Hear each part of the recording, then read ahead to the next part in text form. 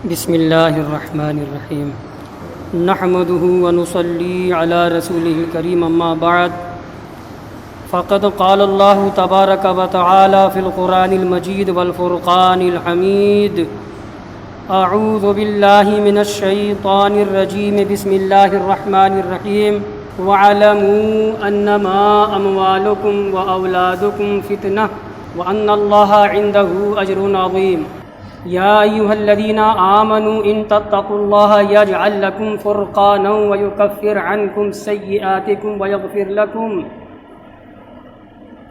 وَاللَّهُ ذُو الْفَضْلِ الْعَظِيمِ وَإِذْ يَمْكُرُ بِكَ الَّذِينَ كَفَرُوا لِيُثْبِتُوكَ أَوْ يَقْتُلُوكَ أَوْ يُخْرِجُوكَ وَيَمْكُرُونَ وَيَمْكُرُ اللَّهُ وَاللَّهُ خَيْرُ الْمَاكِرِينَ صدق اللہ العلی العظیم۔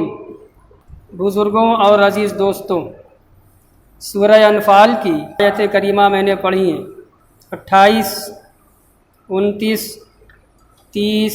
پہلی آیت ہے آج کی، وَاعْلَمُوا، اور جان لو، انما اموالکم، کہ تمہارے مال، وَأَوْلَادُكُمْ، اور تمہاری اولاد،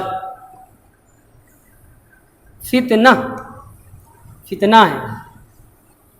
وَاعْلَمُوا أَنَّمَا أَمْوَالُكُمْ وَأَوْلَادُكُمْ فتنہ، اللہ پاک فرماتا ہے جان لو کہ تمہارے مال، تمہاری اولاد فتنہ ہے۔ وَأَنَّ اللَّهَ عِندَهُ أَجْرٌ عَظِيمٌ، اور یہ بھی جان لو کہ اللہ کے یہاں بڑا اجر ہے۔ وَاعْلَمُوا أَنَّمَا أَمْوَالُكُمْ وَأَوْلَادُكُمْ فتنہ، جی بات فتنہ پر ہوگی، آپ کو بات سمجھ نہیں آئی ہوگی ترجمہ میں فتنہ ہے کیا مطلب؟ تفسیر کر رہے ہیں کہ یہ خاص واقعہ جو گزرا ہے حضرت ابو لبابہ انصاری رضی اللہ تعالی عنہ کا، جنہوں نے یہودی قبیلے کو پریشر کی بنیاد پر ان کے احسان تلے یہ دبے تھے، تو جو مشورہ دیا تھا اشارے میں، تو وہی مراد ہے۔ قیلہ، کہا گیا ہے کہ ھذا ایضا فی ابی لبابہ، کہ تمہارے مال، تمہاری اولاد فتنہ ہیں، یعنی یہ خاص ہو گیا واقعہ حضرت ابو لبابہ انصاری سے متعلق۔ تو ان سبوں نے بلایا ان کو، کیا کیا جائے، 21 دن ہو گئے تمہارے نبی نے محاصرہ کیا ہے، تو انہوں نے ایسے کہا تھا نا، قرآن کہہ رہا ہے ان سے تمہاری مال، تمہاری اولاد فتنہ ہے، فتنہ ہے، آزمائش ہے۔ تو ایک تفسیر ہو گئی۔ دوسری تفسیر یہ ہے کہ سارے مسلمان مراد ہیں، سب کے مال، سب کی اولاد فتنہ ہیں، الا ماشاء اللہ، مگر چند لوگ، مگر چند اللہ والے متقی پرہیزگار صالحین لوگ، ان کے مال فتنہ نہیں، ان کی اولاد فتنہ نہیں۔ بقیہ ایک جنرل بات قرآن کہہ رہا ہے عمومی طور سے، جان لو کہ تمہارے مال، تمہاری اولاد فتنہ ہے، آزمائش ہے، اس کے ذریعے تمہیں اللہ تبارک و تعالیٰ نے آزمایا ہے۔ اللہ کا انعام ہے، اللہ کی نعمت ہے، اولاد بھی اللہ کی نعمت ہے، مالداری بھی، مگر اس نعمت میں بھی ہمارے لیے آزمائش ہے، اللہ بچائے، اس آزمائش سے اللہ بچائے۔ وہی دوسری تفسیر کر رہے ہیں، کہہ رہے ہیں وکیلا، کہا کہ ھذا فی جمیع الناس، یہ بھی کہا گیا ہے کہ یہ تمام لوگوں کے بارے میں ہے کہ تمہارے مال، تمہاری اولاد فتنہ ہے۔ حضرت عائشہ صدیقہ رضی اللہ تعالی عنہا ام المومنین ہیں، ان سے مروی ہے، ترمذی شریف کی روایت ہے، ابواب البر والصلہ میں امام ترمذی نے یہ حدیث ذکر کی ہے، ان عائشہ ان النبی صلی اللہ علیہ وسلم اوتي بصبی، حضرت عائشہ سے مروی ہے کہ نبی صلی اللہ علیہ وسلم کے پاس ایک بچہ لایا گیا۔ ہوتا تھا، بہت سارے واقعات ہیں، کوئی صحابی آئے گود میں لے کے چلے جائے، اللہ کے نبی صلی اللہ علیہ وسلم کے پاس ایک بچہ لایا گیا، فقبلہ، حضور نے اس کو چوما، حضور کی عادت تھی بچوں کو چومتے تھے، سمجھے، اور آپ تو بار بار سنتے ہیں کہ حسنین کریمین کو خوب چوما، ان کے اپنے سگے تھے، حقیقی نواسے تھے نواسے، ہمیشہ بیٹا فرمایا۔ تو کوئی بھی صحابیہ اپنے بچہ لے کر حضور خدمت میں آتی تھی، حضور کو پیار کرتے تھے، چومتے تھے، شفقت فرماتے تھے، گود میں بھی لے لیتے تھے۔ جامع ترمذی ہی میں یہ روایت گزری ہے، کسی صحابیہ نے وہ بچہ وہ لے کر حاضر ہوئی، حضور نے پیار میں اپنے گود میں لے لیا، اس نے پیشاب کر دیا، چھوٹا سا بچہ تھا، چند مہینے کا، پیشاب کر دیا۔ ہم لوگ غصہ ہو جائیں، نہیں، کچھ بھی غصہ نہیں ہوئے، بچے کو واپس دیا، صحابی سے کہا پانی لاؤ، پانی لائے صحابی، حضور خود سے پانی ڈال رہے ہیں، ایسا انسان کہاں ملے گا؟ تو یہاں بھی جو واقعہ ہے کہ فقبلہ، اس بچے کو آپ نے چوما، شفقت سے بوسا دیا، یہی ہے تفسیر وقالا، اور حضور نے فرمایا اما سنو بھائی سنو، انہ مبخلۃ مجبنۃ، اولاد بزدلی اور بخیلی کا سبب ہوتی ہے۔ اولاد، حضور فرما رہے ہیں کہ اولاد بزدلی اور بخیلی کا، بخل کا سبب ہوتی ہیں، اللہ ماشاء اللہ، مگر چند لوگ بچے رہتے ہیں کہ ان کی اولاد بھی ہوتی ہے، ان کے پاس مال بھی ہوتا ہے، اولاد اور مال دولت کی محبت میں پڑھ کر نہ بخیلی کرتے ہیں اور نہ تو وہ بزدلی کرتے ہیں۔ یہ تفسیر ہو گئی وَأَنَّ اللَّهَ عِندَهُ أَجْرٌ عَظِيمٌ، اور یہ بھی جان لو کہ اللہ کے یہاں اجر عظیم ہے، بڑا اجر ہے تمہاری نیکیوں پر۔ اولاد کی محبت میں نہیں آؤ گے، مال کی محبت میں نہیں آؤ گے، جائز طریقے کا سے استعمال کرو گے، اور بھی جو کچھ نیکیاں کرو گے تو تمہاری نیکیوں کا بہترین بدل اللہ کے یہاں موجود ہوگا، تمہیں اجر عظیم ملے گا۔ کہتے لمن نصح اللہ ورسولہ وادى امانتہ، اللہ کے یہاں اجر عظیم ہے، بڑا اجر ہے اس کے لیے جو اللہ کے لیے خیر خائی کرے، اللہ کے رسول کے لیے خیر خائی کرے، ہمدردی چاہے، نیکیاں کرے، وادى امانتہ، اللہ تعالیٰ کی امانت کو ادا کرے۔ بہت بڑی چیز کہہ رہے ہیں ایک چھوٹے جملے میں، ایک چھوٹے سے جملے میں بڑی چیز کہہ رہے ہیں۔ مال اللہ کی نعمت، اولاد اللہ کی نعمت، وقت آ جائے تو مال کیا ہے جی، اولاد کو بھی دین پر قربان کر دیا، امانت لوٹا رہا ہے امانت دینے والے کو۔ آگے یا ایھا الذین آمنوا ان تتقوا اللہ یجعل لکم فرقانا ویکفر عنکم سیئاتکم ویغفر لکم واللہ ذو الفضل العظیم۔ اے ایمان والوں، ان تتقوا اللہ، اگر تم لوگ اللہ سے ڈرتے رہو گے، یجعل لکم فرقانا، تو اللہ تعالیٰ تمہارے واسطے فرقان بنا دے گا۔ بتلاؤں گا تفسیر فرقان کسے کہتے ہیں۔ وَيُكَفِّرْ عَنْكُمْ سَيِّئَاتِكُمْ، اور تم سے تمہارے گناہوں کو اتار دے گا۔ وَيَغْفِرْ لَكُمْ، اور تمہیں معاف فرما دے گا۔ وَاللَّهُ ذُو الْفَضْلِ الْعَظِيمِ، اور اللہ تعالیٰ فضل عظیم والا ہے، بڑے فضل والا ہے۔ تفسیر کر رہے ہیں اے ایمان والوں، اگر تم اللہ سے ڈرو گے، کیسے ڈرو گے؟ بِطَاعَتِهِ وَتَرْكِ مَعَصِيَتِهِ، اللہ کی اطاعت و فرما برداری کر کے، اللہ کے احکامات کی بجا آوری کر کے، وَتَرْكِ مَعَصِيَتِهِ، اور اس کی معصیت کو ترک کر کے، گناہ کو ترک کر کے، اچھائی کر کے، اگر تم اللہ کا تقوی چاہو گے، اللہ سے ڈرو گے، یجعل لکم فرقانا، تو اللہ تعالیٰ تمہارے لیے فرقان بنا دے گا۔ کیا مطلب فرقان؟ تفسیر قال مجاہد مخرجن فی الدنیا والآخرہ، فرقان بنا دے گا اللہ تعالیٰ، یعنی دنیا و آخرت میں تمہاری نکاسی پیدا فرما دے گا، تمہارے لیے دنیا و آخرت میں راستہ بنا دے گا کہ تم پھر خسارے میں نہیں پڑ سکتے اور تم گھاٹے میں نہیں پڑ سکتے، دشمن کے نرگے میں پڑ کر کے بھی تم دشمن کی یلغار میں نہیں آ سکتے، محفوظ رہو گے، بچے رہو گے۔ یہ مجاہد نے کہا مخرجہ تفسیر کی فرقانہ کی، اللہ تعالیٰ تمہارے لیے فرقان بنا دے گا، مخرجن فی دنیا والآخرہ، دنیا و آخرت میں تمہارے لیے راستہ نکال دے گا، دنیا بھی تمہاری پھر ہو جائے گی، آخرت میں بھی تم کامیاب رہو گے۔ دوسری تفسیر میں کہہ رہے ہیں مقاتل بن حیان مخرجن فی الدین من الشبہات، تمہارے لیے دین کے اندر شبہات سے بچنے کا راستہ نکال دے گا، محرمات جو حرام چیزیں ہیں آسانی سے تم بچو گے، اور جو چیز حرام نہیں بھی ہیں، شبہ والی ہیں، پتہ نہیں حکم کیا ہے کیا نہیں ہے، اس میں بھی اللہ تعالیٰ تم کو سجھاؤ دے گا، اللہ کی طرف سے تمہارے دل میں بات آئے گی کہ شبہات سے بھی بچو۔ یہ دوسری تفسیر۔ تیسری تفسیر حضرت اکرمہ کی ہے فرقان کی، کہہ رہے ہیں فرقانن اے نجاتن، اللہ تعالیٰ تمہارے لیے فرقان پیدا فرما دے گا، یعنی تمہیں نجات عطا فرمائے گا۔ آگے کہہ رہے ہیں جن چیزوں سے تم ڈرتے ہو ان چیزوں سے اللہ تعالیٰ تمہیں بے خوفی عطا فرما دے گا، اور تمہیں نجات دے گا، خلاصی عطا فرمائے گا۔ چوتھی تفسیر حضرت ابن اسحاق کی ہے، کہہ رہے ہیں فصلاً بین الحق والباطل، حق و باطل کے درمیان فرق کرنے کے اللہ تعالیٰ تمہیں عقل دے گا، تمہیں شعور عطا کرے گا. یہ مطلب ہے فرقان کا. اور اللہ تبارک و تعالی تمہارے حق کی پاسداری کرے گا, تمہارے حق کا دنیا والوں پر اعلان کر دے گا, اور تمہاری مخالفت میں جو طاقتیں آگے بڑھیں گی اللہ تبارک و تعالی انہیں پسپا کر دے گا. وَيُكَفِّرْ عَنْكُمْ سَيِّئَاتِكُمْ, اور تم سے تمہارے گناہوں کو اتار دے گا, یعنی تمہارے گناہوں کے گناہوں کے بوجھ کو اتار دے گا.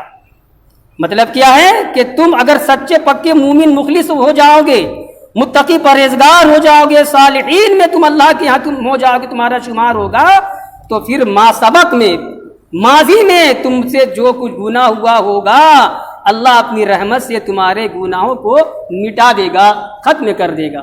یہ یہاں تفسیر ہے. ورنہ آیت میں تو یہ بھی کہا گیا ہے یبدل اللہ سیئات من حسنات.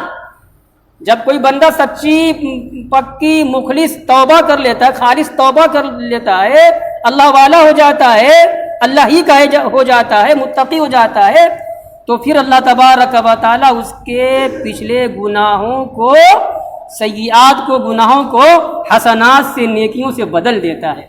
یہ جو قرآن سے میں نے فٹ کی یہاں پہ تفسیر کہ اللہ تعالیٰ ان کے گناہ, مخلصین, تائبین, متقین, صالحین, عابدین, توابین, صابرین, جتنے بھی اوصاف ایمانی ہیں, تو ان مومنوں کے پچھلے گناہوں کو حسنات سے, نیکیوں سے بدل دے گا. تو گناہ تو بہت سے ہوتے ہیں پیچھے, چھوٹا بھی بڑا بھی, اور اللہ سے متعلق بھی گناہ, بندوں سے متعلق بھی.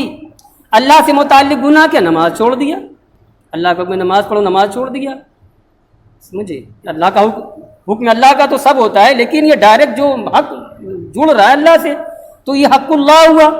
تو اگر ہم نے نماز چھوڑی, یا قرآن کہہ رہا ہے کہ گناہوں کو, مخلصین, توابین, متقین کے پچھلے گناہوں کو حسنات سے, نیکیوں سے بدل دیتا اللہ تعالیٰ, تو یہاں تو بات سمجھ میں آ رہی ہے کہ حق اللہ کا مارا, اللہ غفور ہے, رحیم ہے, توبہ کیا فرما دیا, گناہ کو بھی نیکیوں سے بدل دیا. مگر سوال ہو رہا ہے اب یہی, مگر وہ گناہ جو گناہ بندے نے کیا اور وہ بندے کا حق مار رہا ہے, حکم تو اللہ ہی کا ہے کہ حق کسی کا مت مارو, ٹھیک, حکم تو اسی کا ہے, مگر جڑ رہا ہے بندے سے, پڑوسی کی زمین مار لیا, کسی کا باقی ہے دے نہیں رہے, دینے کے لائق نہیں ہو گیا, مثلا کسی کا دل دکھایا, بیچارے نے کھینچ دیا, اچھا یہاں ہمارے نہیں کوئی سننے والا ہے, آخری عدالت لگے گی, یہ تو صبر کرتا ہے انسان, آخری لگے گی عدالت, وہاں فیصلہ ہوگا. تو حق تو جڑ رہا ہے بندے سے, بندے کا حق مار رہے ہیں ہم, اور پھر بعد میں حج بھی کر لیا, سچی توبہ بھی کر لی, تو اب ہم کہہ رہے ہیں کہ ہم صالحین, نیکوکار میں سے, متقین میں سے ہو گئے. اللہ تعالیٰ کا وعدہ, اللہ تعالیٰ ہمارے گناہوں کو معاف فرما دے گا. ارے معاف کرنا تو دور کی بات ہے, ہمارے گناہوں کو نیکیوں سے بدل دے گا. واہ بھائی, خوب حق معاف کر لو, کہو کہ وہ حق معاف نہیں ہوگا. یہی کہنے کے لیے پوری تمہید میں نے ذکر کی ہے. بندے کا حق اگر ہم نے مارا, توبہ بھی ہم نے کر لی, ٹھیک, جب تک ہم اس سے معاف نہیں کرائیں گے تب تک وہ ہمارے سر سے گناہ اترے گا نہیں. یہ تو اب جو اللہ نے یہ فرمایا ہے کہ پچھلے گناہوں کو نیکیوں سے بدل دیا جاتا ہے, مراد یہ ہے کہ چھوٹے چھوٹے جو گناہ ہوتے ہیں, مراد یہ ہے کہ جو گناہ بندے اور رب کے درمیان حق اللہ کا ہے, بندے نے مار دیا, تو وہ گناہ مٹائے جاتے ہیں, اور پھر سچی توبہ سے ان کو نیکیوں سے بدل دیا جاتا ہے. ایک بندہ جب دوسرے بندے کا حق مارے, ماں باپ کا حق مارے, بھائی کا حق مارے, پڑوسی کا حق مارے, اپنے کسی مسلمان بھائی کا حق مارے, کیونکہ بندوں سے متعلق ہو رہا ہے, ماں باپ کا حق مارے, بھائی کا حق مارے, پڑوسی کا حق مارے, اپنے کسی مسلمان بھائی کا حق مارے, حد تو یہ ہے کہ اپنے کسی غیر مسلم پڑوسی کا حق مارے, معاف نہیں ہوگا, کیونکہ بندوں سے متعلق ہو رہا ہے. سمجھ گئے؟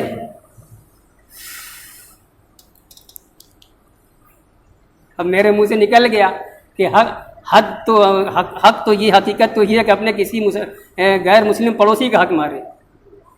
اب اس میں تفصیل ہے, اللہ تعالیٰ ایسی راہ نکال دے گا نا کہ اس کو یاد بھی نہیں ہوگا کہ وہاں مطالبہ کرے, وہ تو اپنے میں پڑا ہوگا, کفر کیا ہوا ہوگا. سمجھ گئے؟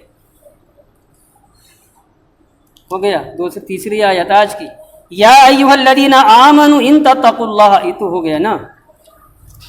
تیسری آیت وَإِذْ يَمْكُرُ بِكَ الَّذِينَ كَفَرُوا لِيُثْبِتُوكَ أَوْ يَقْتُلُوكَ أَوْ يَخْرُجُوكَ وَيَمْكُرُونَ وَيَمْكُرُ اللَّهُ وَاللَّهُ خَيْرُ الْمَاكِرِينَ۔ یاد کرو اے نبی وہ وقت، وہ منظر نگاہوں میں لاؤ جب کہ کافر لوگ تمہارے خلاف مکر کر رہے تھے، تمہارے خلاف تدبیریں بنا رہے تھے، مکر کر رہے تھے۔ کس بات کو لے کر؟ لیُثْبِتُوک، اس بات کو لے کر مکر کر رہے تھے، تدبیر کر رہے تھے کہ تمہیں قید کر دیں، او یقتلوک، یا تمہیں قتل کر ڈالیں، او یخرجوک، یا تمہیں نکال دیں یعنی شہر سے۔ وَيَمْكُرُونَ، وہ مکر کر رہے تھے، تدبیریں کر رہے تھے۔ وَيَمْكُرُ اللَّهُ، اللہ اپنی تدبیر چلتا ہے۔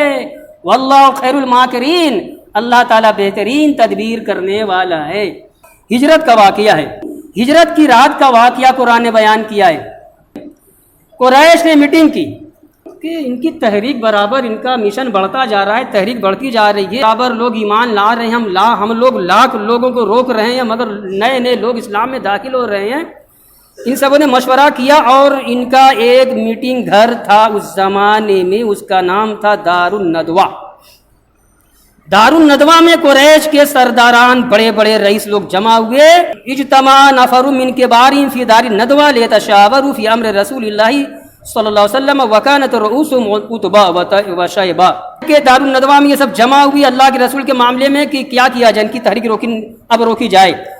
اور اس میٹنگ میں عتبہ تھا، شیبہ تھا، ابو جہل تھا، ابو سفیان تھا، طعیمہ تھا، شیبہ بن ربیعہ تھا، نضر بن حارث تھا، ابو البختری تھا، زمع بن اسود تھا، حکیم بن حزام تھا، بڑے بڑے سرداران مکہ سب پھراٹ سب جمع ہوئے۔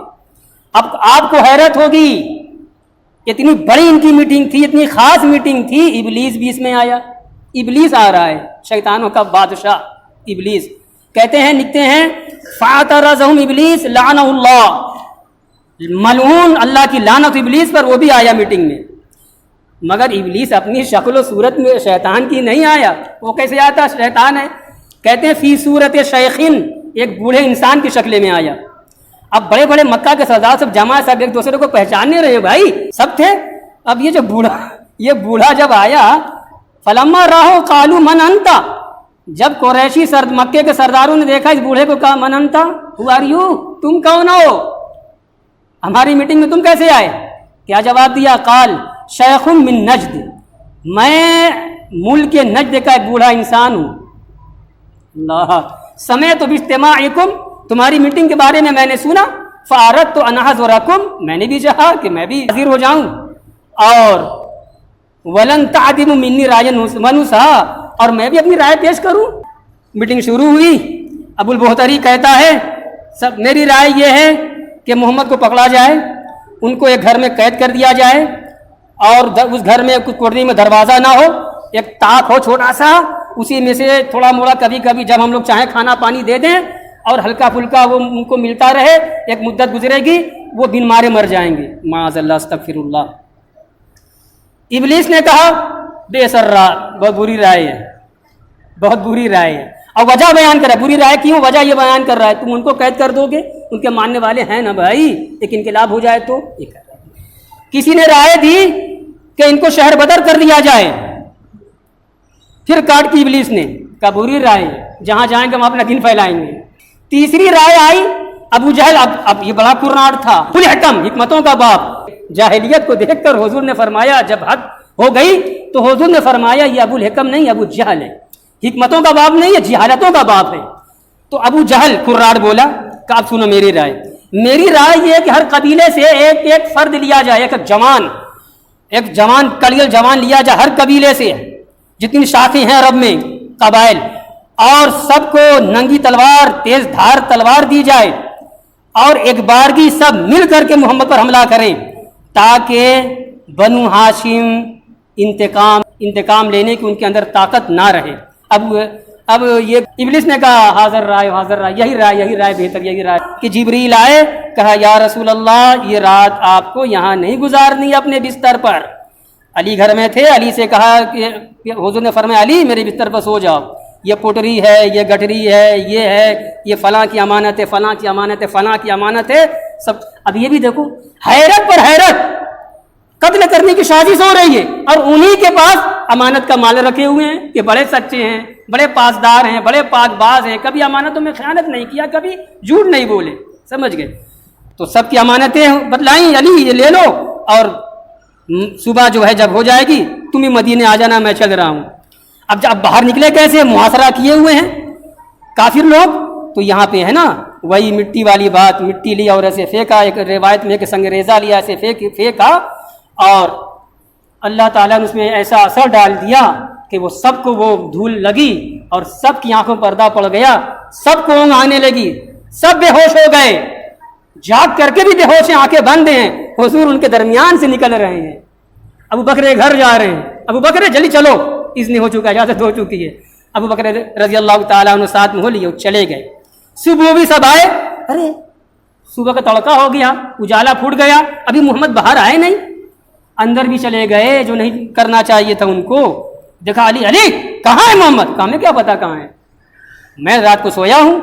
اب اس کے بعد سب باہر آئے، پیچھا کیا، اس غار تک گئے، غار ثور، جہاں حضور نے پناہ لی تھی، 3 دن تک آپ رکے تھے، حضرت ابوبکر صدیق رضی اللہ تعالیٰ عنہ کو لے کر کے ساتھ میں وہاں تک گئے، اور وہاں پہ قدرت نے یہ انتظام کیا، غار کا جو دہانہ تھا، منہ تھا، دیکھا کہ وہاں مکڑی نے جالا تانا ہوا ہے، آپس میں سب کہہ رہے ہیں اس غار میں تو کوئی جا نہیں سکتا، اس میں تو مکڑی نے جالا تانا ہے، یہ علامت ہے کہ اس میں کوئی گیا نہیں، ورنہ جالا ٹوٹ جاتا۔